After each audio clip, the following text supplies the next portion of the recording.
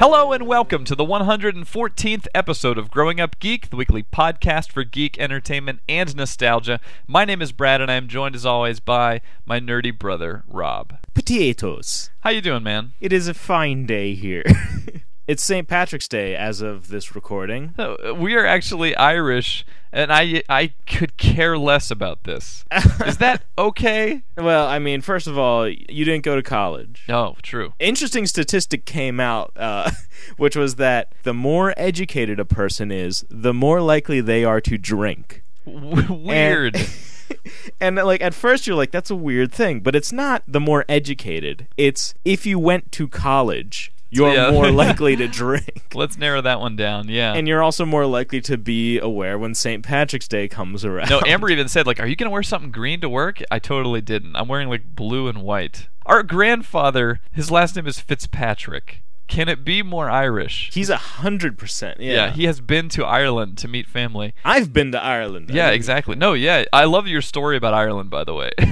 About the children? Yeah. Rob literally, can I say? Go ahead. Okay, so Rob comes up to me and he's like, I'm like, how was Ireland, man? He's like, oh, it's great. I'm like, how are the people? Oh, they're cool. They love Americans.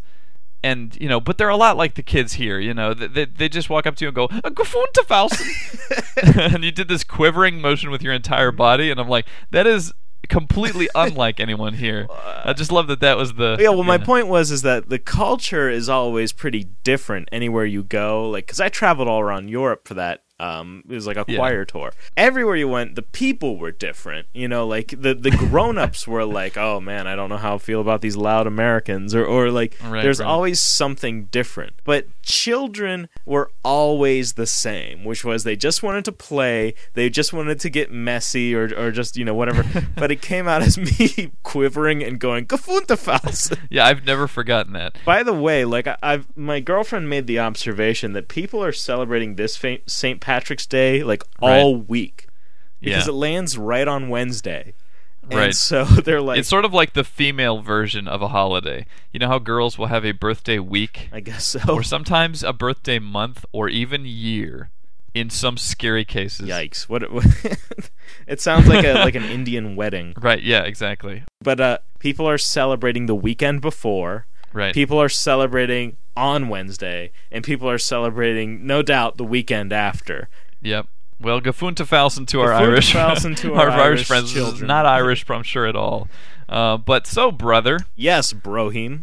What geeky crap have you been up to this week? I have been playing Final Fantasy 13. Ah, yes. Do you recall last episode? I purchased it, but had not unwrapped it. So you've actually unwrapped it, and more thoughts next week. Right, exactly. Well, in a way, like that's kind of how it feels. Multiple discs. It's a 3 DVD game. Right. It's only 1 Blu-ray if you get it on PS3. Heyo. You know what? Like I'm comfortable with multi-disc games. Right. I mean, this was a big coup. Like the fact that it's on 360 day one and stuff like that. So I've been playing the 360 version. Right. And so here's the thing. I am 6.5 hours into this game. Like there's a clock that you can see at the pause screen. And that is nothing. That is like in dog years. I don't even know if I'm past the prologue yet. Like, there are still tutorial things popping up. Yes. You know? I actually have heard that continues until the 20-hour mark. You know, you don't fully gain control of the battle system until well into it. It seems that way. I mean... Well, can I ask you some questions about it? I know... Sure, let's do it. Fire off. You interviewed me about BioShock. I will ask you because the reaction to this game, I don't know if you've avoided it or whatever, but I've been reading tons of reviews. It's very negative, and I just wanted to tap sort of your initial impression of it, comparing it to 12. Like, when you played 12's first few hours, what's the comparison there for you? When I remember 12, I remember enjoying it. It got a lot of its conventions from World of Warcraft. It was kind of that structure of like an open world thing. Right. And you can see that again here in Final Fantasy 13. A lot of the conventions that sort of players figured out emergently in World of Warcraft are being implemented more seriously. Right. What I mean are the conventions of having a tank, a soldier, a healer, in like these specific battle roles. Right, like literally you only control the one character, and the computer controls the other roles. Yeah. Right, and you just assign what the roles that you'll have with you are. Is that sort of fair? Yeah, that's exactly it. And it's cool because I was worried at first that Final Fantasy 13 had a very maybe shallow battle system because it has this auto battle function, right? Yeah, which will immediately select for you the best option, right? Or at least it seems that way, but it actually gets a little deeper than that. And I think being as far into it as I am, I'm actually kind of grateful for that function now. If I had to select each and every spell or thing like this, it would get a lot more frustrating. Because it sounds like the Japanese are trying to evolve the RPG the way that, like, for example, BioWare is trying to evolve the Western RPG. Yeah. And trying to figure out kind of what people don't want to deal with anymore, maybe.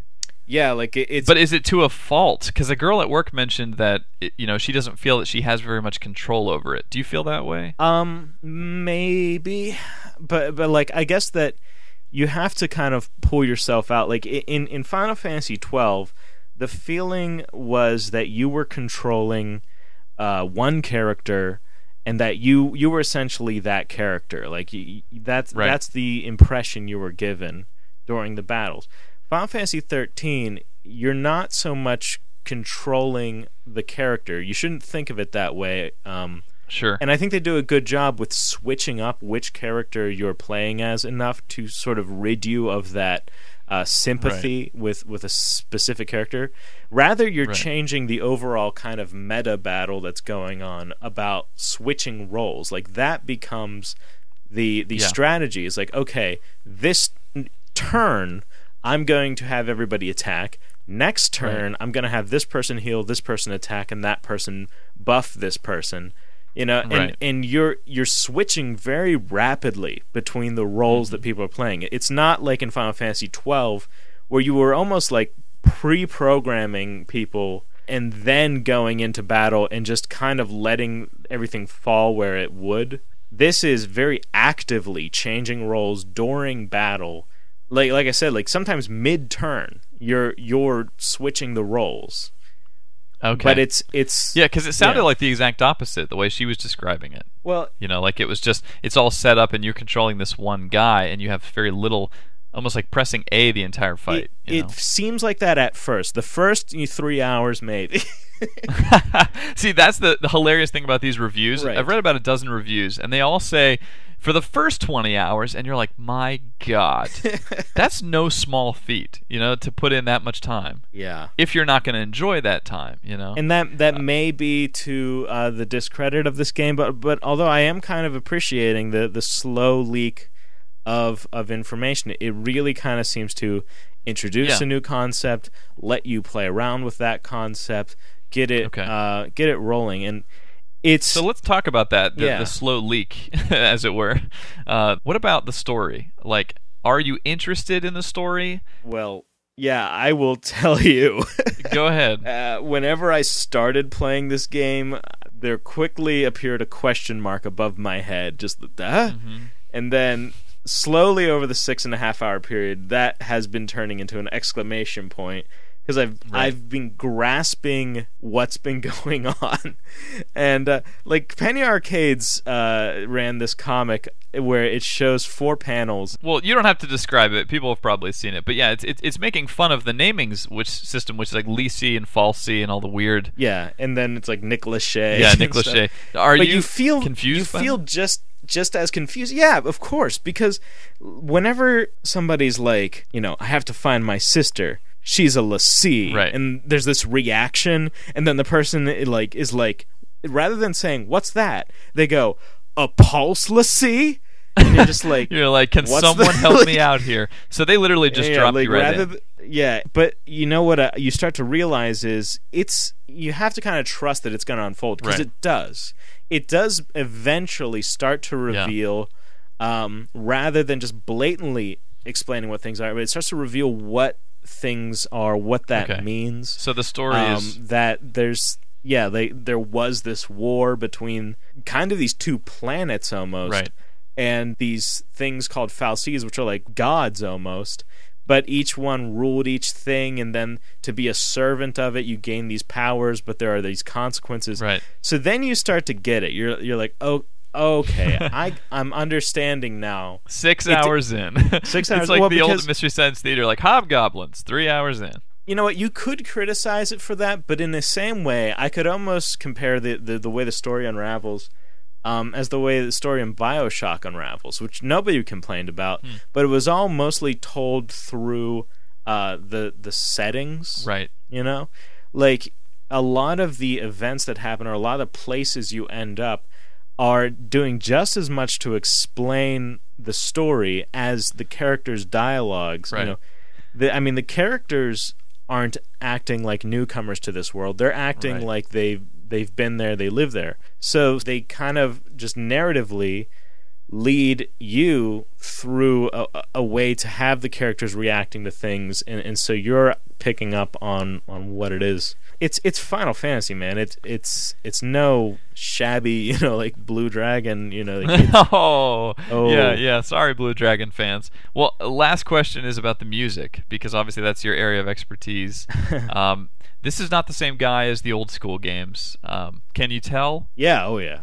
Like, the interesting thing is, like, you'll get really weird musical ideas going on here, which is like sometimes it might sound like you're in a dance club, right? But you're in a temple, but there'll be like this and like somebody's sort of like chanting, but I'm like, I would expect this music maybe in like the opening level of Perfect Dark Zero, Right. It's because that's sort of that feeling, and at first I'm sort of like, well, that doesn't feel like Final Fantasy, but then it was enticing. It was setting a different kind of mood for this sort of futuristic world, and I do appreciate it. My one complaint is that the game's audio seems to be mixed kind of weirdly. Specifically vocals, or? Well, both. The music seems to be a little quieter than I would want it to be.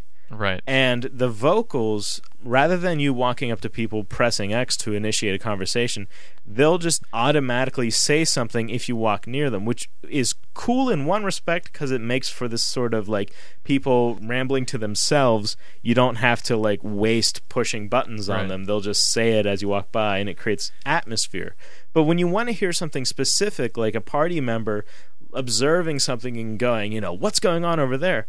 You want to hear that, but if they're behind you, it's really faint. And I had to turn on subtitles for that so I would see it. Oh, yeah, and okay. It's the terrible thing is there's no option to adjust this.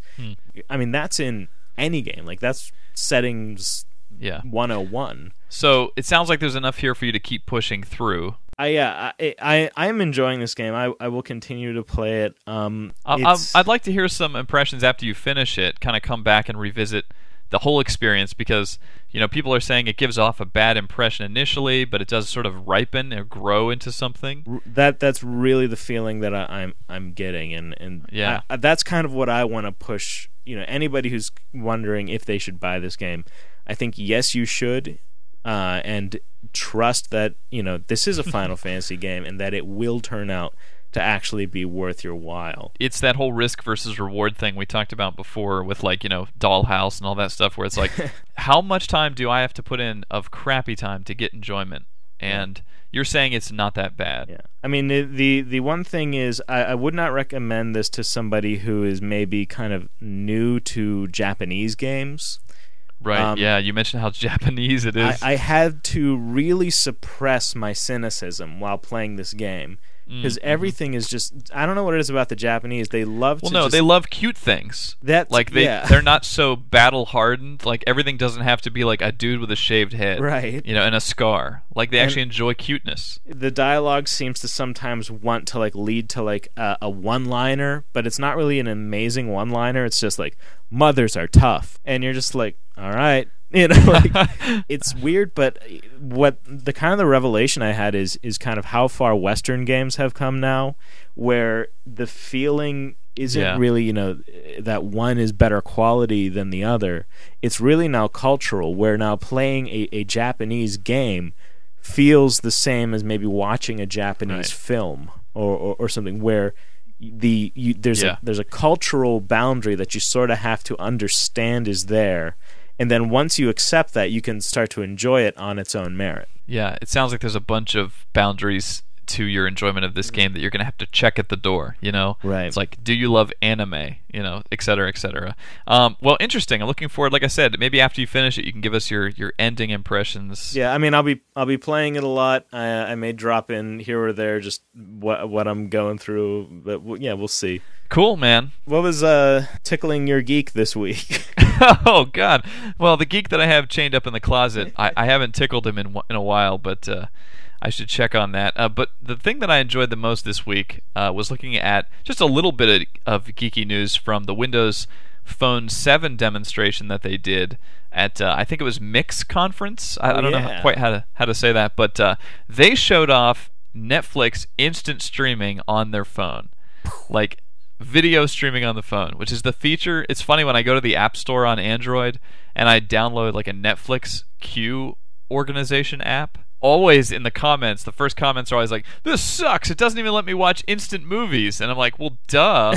Like, I thought that was pretty obvious that technology would be difficult, but apparently because it is Silverlight and that is owned by Microsoft, they have it running on Windows Phone 7. Wow. Which, oh man, that's a very, very big killer app for that phone. If they are still the only ones doing it at the time, jeez. No, I mean, I'm thinking that's a killer-y app. Like, at first you're like, that's really like, man, why can't I have that? But it again, it sets up a scenario like, well, if I'm on an airplane, it's like, yeah, but what other scenario do you need to watch Netflix on your phone? On your phone? Yeah, it's the kind of thing where like you lust after it and then you finally get it, you throw it open for a few minutes and then you go, all right, and then you go back to watching it on TV, Maybe a lot of that coming up. But it is, to me, it is the future. I mean, it is where things are moving. And in addition to watching movies on your phone, I was interested to see that Onlive is experimenting with their service on iPhone. Yeah, this has actually been kind of going on for a while, but I think they struck a chord whenever they first demoed that. Yeah, no, and it's just a demo. It's just sort of a proof of concept. They're not even announcing any kind of an app or anything for mobile, but the technology is basically there, and they're saying it could be on any platform, because of the way it's set up, in the cloud and everything. But OnLive detailed some more stuff about their launch. They actually gave a date and a price. It's June 17th, which is not that far off. And $15 a month will get you into the service for a subscription, basically, which will include social functions and things like saving your game in the cloud, which I really do think is a great idea, because no matter where you are then, you can restore your save game. Yeah. That, I think, is very cool. You can play from anywhere. Yeah, I am definitely signed up for OnLive whenever that came out. Like, I really am anticipating this technology, and it's one of those things that could be a huge, resounding, game-changing success or an epic fail. Right, and it's almost like they're taking that approach. Like they're saying, we want people to understand this is the beginning of something big. So it's almost like they're saying, even if now they don't actually say this, but even if they fail, they have started something that, I really like the way that the president put it, which was, you want your music and you want your movies this way. You probably also want your games this way, but just can't really figure out how that would happen. And this turns like games into like streaming data. So essentially, it's on the same level as music and movies, where you would go to one hub and just you don't even need to have anything on that drive. You just bring all of your stuff in over the stream. I really think that's a great goal to pursue. Yeah. Because eventually, like, do we really want to keep storing stuff on disks and having it, or do we just want to be able to go anywhere and pull down all of the stuff that we own? Right. It's this end goal of not having to worry anymore about the assets of the game. That's something for the studios to concern themselves and the creators. Like, but that's nobody picks up a movie like Harry Potter and says, "Oh, I wonder if my DVD player can play this." Right, exactly. Yeah, he said it always works with whatever your devices are. And there's never any like unveiling of a movie where you're like, "Oh man, those graphics look incredible." Like, that I'm gonna have to buy a whole new thing to watch that movie. Like, Yeah. he wants to get games into that same realm. Yeah. Yeah, I thought that was really cool. Now, they also announced a free version of their service, which initially I'm like, okay, that's going to be pretty handicapped. But it sounds like the only thing that I would need. It's called Onlive Portal, and it's basically like a per game basis. Like, you can try out free demos, or you can buy the individual games, but I guess you don't get access to the social features or possibly even like the cloud-based saving and stuff. I think for free, I mean, that's a pretty good start. Yeah, I mean, I would actually, like, if I were into investing individual stocks, like, this seems like a company to invest in, because this technology, Right. if they own the patents to it, Right. they're really, this could mean a lot, because, like you were saying, if they can get this working on an iPhone, Right. if I could play any game on my iPhone, like, regardless of the needed power, Right. then it's like, imagine what more you could do. Like, it would essentially be a portal to unlimited possibility. Well, and browsers are getting more technology. IE9 was also shown off at this conference, and it has HTML5, which is like video, includes video, things like it. Basically is a future-proof browser. It's taking the things that we're already doing online and coding them in. Really cool stuff. And accelerating them. But yeah, if you were to actually, if you think about it, like a video will stream on a website without you even clicking anything. What about like if a developer was just like, you know what, I'm going to throw up a demo of my game to instantly stream whenever you open this page. Yeah. And you just see a character standing there waiting for you to control him, and it's like, oh, yeah, I'll play 3 seconds of Prince of Persia or whatever. I mean, turning a game into like a streaming media like that, you could actually have like a banner ad with the playable demo. Yeah, I mean, you don't even need to save games. You just pause them, Like, there's none of this, well, oh, crap, like, I have to reload. It's just, it's there. It's ready to go, Yeah. Yeah. And speaking of all this high-tech tomfoolery, let's move on right now to our main topic, which this week is going to be about the Sony PlayStation Move. Yeah. The official name of their motion controller. And I'm just going to lay out the tech specs here and then turn it over to you, because I know you are a big controller freak. Oh, yeah. All the way back to when we were growing up and drawing geeky drawings of futuristic controllers. Mm-hmm. So here's basically what it is. It is a more sensitive version of the Wiimote, essentially, because it pulls from several internal sensors and sends it back to the PlayStation via Bluetooth, rather than a thin bar on top of your TV connected by the world's thinnest wire. Yeah. Throw in the PSI, the PlayStation Eye, and suddenly this thing can track depth in a Z-axis back and forth by sensing where the ball on top of the controller is. And I like that it turns color depending on your room. Like if you have an orange wall, it will turn green to avoid that. I think that's very cool. Or you can throw in a sub-controller, which is basically their nunchuck, and then use analog control on that, although that does not have motion sensing in it.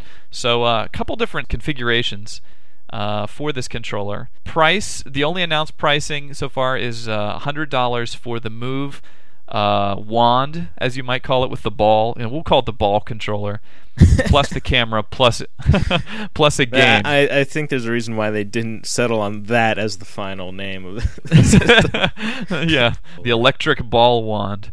Gosh dang, these electric sex pants. Oh no! For those people out there who enjoy the IT crowd, there you go. But so anyway, yeah, Nintendo, Microsoft, Sony, now all motion controlling consoles. Boy, do I have thoughts. Just not about this. Yeah, I mean, this is nuts. This I feel is probably the most natural extension of what the Wii introduced. It's perfecting what Wii does. Yeah, bringing it up to HD. The interesting thing about Sony's press conference was that they openly acknowledged Nintendo. It seemed like beforehand, when they were talking about 6-axis, things like that, they really didn't want to hint at all about another company's involvement in innovation. Right. But they really did say, well, we saw what Nintendo did, and we liked it, and so we want to improve on it. Like, yeah, that was very honest of them. Did you see the demos of people waving swords and stuff? Right. That is what with the 1-to-1, that is your evidence right there. Yeah. Like this thing, you pick it up, and then you can watch a video of yourself holding whatever item this controller is emulating, right? And it moves just like you're holding it, albeit a little bit laggy. Well, I mean, I didn't notice too much at all, especially with like more substantial movements. Well, what it does is it slows down the video a little bit, so that the entire thing is just a tad bit behind. So the sword isn't like lagging behind your hand. Yeah. Rather, the video of you is a little bit slower than what you're actually doing. But when you see the video, it's like dead on in your hand. I mean, that looks like... See, I think that's the coolest part about this. Definitely. And if I were a betting man, I would say right now my money on these three technologies goes to this one. Right. Just because there is something physical to hold. Right. And I think convention-wise that's easier to work with. Right. So like gun games, we talked about early on an episode before, but just if you can use it for a gun, you're going to cover 70% of games. Mm-hmm. If there's a trigger to be pulled, and unfortunately Natal doesn't have that. Now, the failure of the Wii was that because it was so revolutionary, developers would be very kind of careful about what they developed. They would make these, mini game compilations so they could sort of test out different concepts. With the 360 and the PlayStation, they were able to develop one game to spread across the two, and that led to Wii kind of having smaller game sales. Right. So now we're going to have it where the two kind of common systems are the PlayStation 3 and the Wii. Now developers can start to make games that can be played across the two of these. They can have a game, they develop it for Wii, but they also develop an HD version for PlayStation 3 or vice versa. Natal is the odd man out now. And Natal is wildly experimental. I think it's gaining more news because of how experimental it is. It might have a broader install base because of that. But I think also developers are going to be harder pressed to make something really useful out of it. Yeah, and they already did show... Actually, they did show one game at GDC that was like a mountain climbing game. I think it's like called Hard Grip or something like that. That is simultaneously being developed for all three. Don't ask me how. And I'm sure the Natal implementation is going to be like, putting your silhouette up on the screen or something. But I wanted to talk about that because the PlayStation user base will now be split at least once, which is people who have Move and people who don't. But in addition to that, the Move users will actually be split into a subgroup because some of them will have two ball controllers. One of the best demos that I saw was of a guy using two of the ball controllers, and he was doing kind of like a controlling of these arms of this robot, and he could open and close the hands. I mean, it really looked like he was doing it, and I'm excited to even just try that. But it would require two ball controllers. There would be the users who actually buy the sub controller, which comes separate. And then there would be the users who actually have the eye attachment in addition. So there seems to be like three ways to use this Move, and like if you're a developer, which direction do you go? Right, which group do you develop for? Yeah, do you do the camera stuff? Do you do the sub controller stuff? Like SOCOM is using the sub controller, but that's an additional attachment as far as I understand. Yeah, I mean, this is a really kind of the big question, I think, beyond just which is the better technology is this even possible? Like, because this is splitting, like you said, the user base. If I could give advice to any of these companies, I would say treat this like a console launch. Right. This is the next console launch. Sorry to stop you there, but I mean, they have decided not to make PlayStation 4 and Xbox 720 in favor of motion controls. In a way, they would love it to be that. They would love that. But I think they really need to back it with their dollars, because PlayStation 3 cost more money to make than they initially sold it for, and the same with the 360. Wii Motion Plus was a $30 attachment, and yet it only has like 3 games supporting it because nobody could really go out and get it, And that's my big concern. Right, but this is going to be $100. I know. And it's not even going to be the full package. I would say, okay, make it $100, or if you can, make it less. But eat the cost of including an additional controller in there, so you can always rely on having those two controllers, the two main Move controllers, so that you can tell your developers, okay, you can at least rely on them having that, you know? Yeah, my final thought on this is I'm anxious to see some adult-type games come out, and I don't mean M-rated, but I just mean like non-party games. Yeah. Non-minigame collection type stuff come out for this, because what is PlayStation if not the more mature gaming platform, And I want to see the Heavy Rain implementation of this, much more than I want to see another tennis or bowling game. Wii is already there for that, but I want to see, the detective game where you have to actually lift objects up in the room or place something up on a high shelf or whatever it is that would make this, the sort of grown-up version of the Wii. Definitely, and you know what? That's one of the advantages of the PlayStation Move over Natal, is that it is a much softer split, because PlayStation Move can be backwardsly implemented into older games. Right, sure. You can. They were showing off Little Big Planet using it. Yeah. And it was great, and I think a lot of people were really excited about that possibility. A game that they already own is now enhanced by buying this. Right. Unfortunately, with Natal, in order to cut costs, Microsoft is having the 360's processor handle it, rather than having a proprietary processor in the unit itself like they initially promised. Right. And so games have to be developed from the ground up for Natal, and you cannot patch an old game to support it. Yeah. I think that's a huge, huge loss. And like I said, they need to eat that cost so that they can ensure that they could do something like that. Yeah. If this is the second life of the PlayStation 3, it's been a really good second life, This looks like an impressive controller. They've got all these great exclusive titles. I say it all the time, but PS3 really is a system to own, like in its second half, Yeah. They need to do everything they can to get this into the hands of each and every user, though. Like, really, Best Buy kiosks. Buy out some developer. Like, Natal needs to have like a Halo game for it. Sure. They need to have a killer app in the same way that a console launch would. Yeah. So that is our thoughts on PlayStation Move. Before we close out our show, every week we always like to get nostalgic and reminisce. This week, I want to talk about Predators, because Robert Rodriguez is making the new Predators film. And for those who haven't seen it, go online and look up the teaser trailer that they just put up.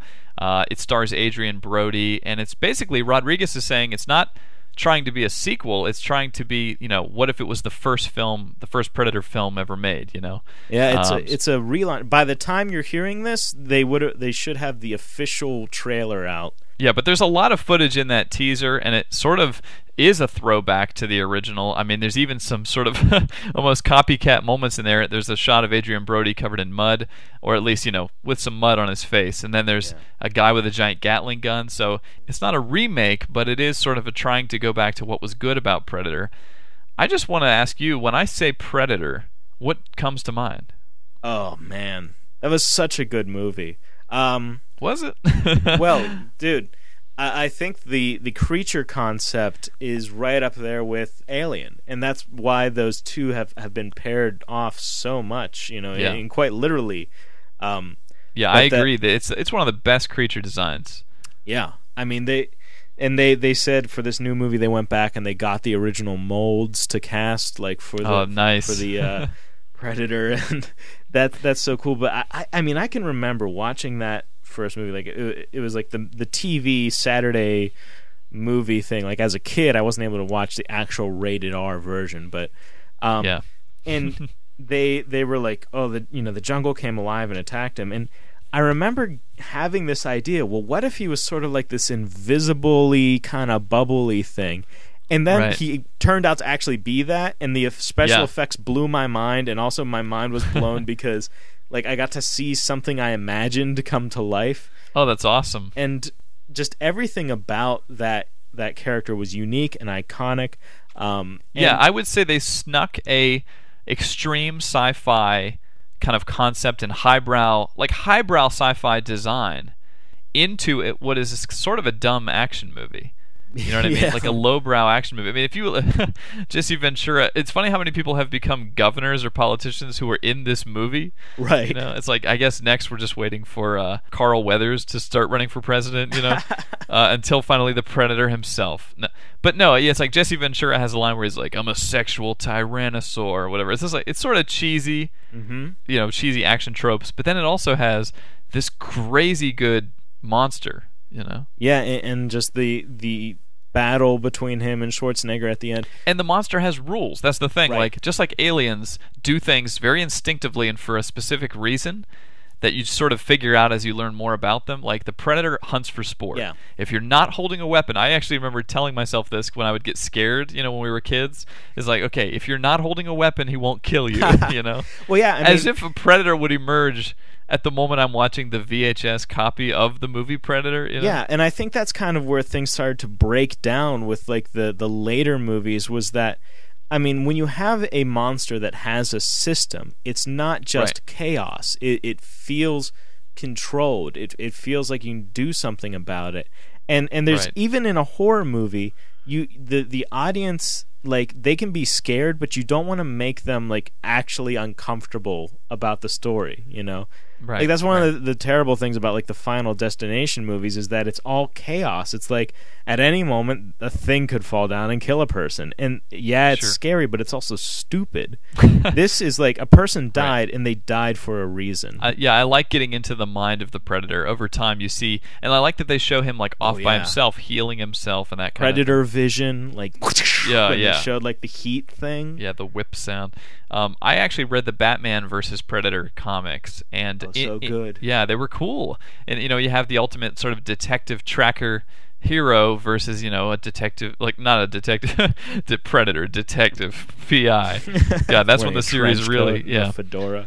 But no, you had, you know, the moment where basically the Predator, you know, admits that he has been beaten and sort of commits suicide, and the other Predators give Batman the sword that he, you know, threw himself on. I thought that was a great comic. Yeah, I mean that kind of honor system. But I'm excited for Predators, and I remember you sent me a text saying, "Watch the Predators trailer." Right.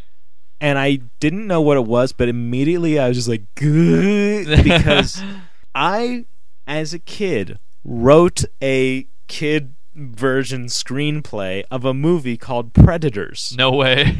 Remember, like, because that was that was the system, because there was Alien and then there was Aliens. Right, that's so naturally you would have Predator and then Predators. You know what? That is, I'm sure, what Rodriguez was thinking was, let's redeem the series.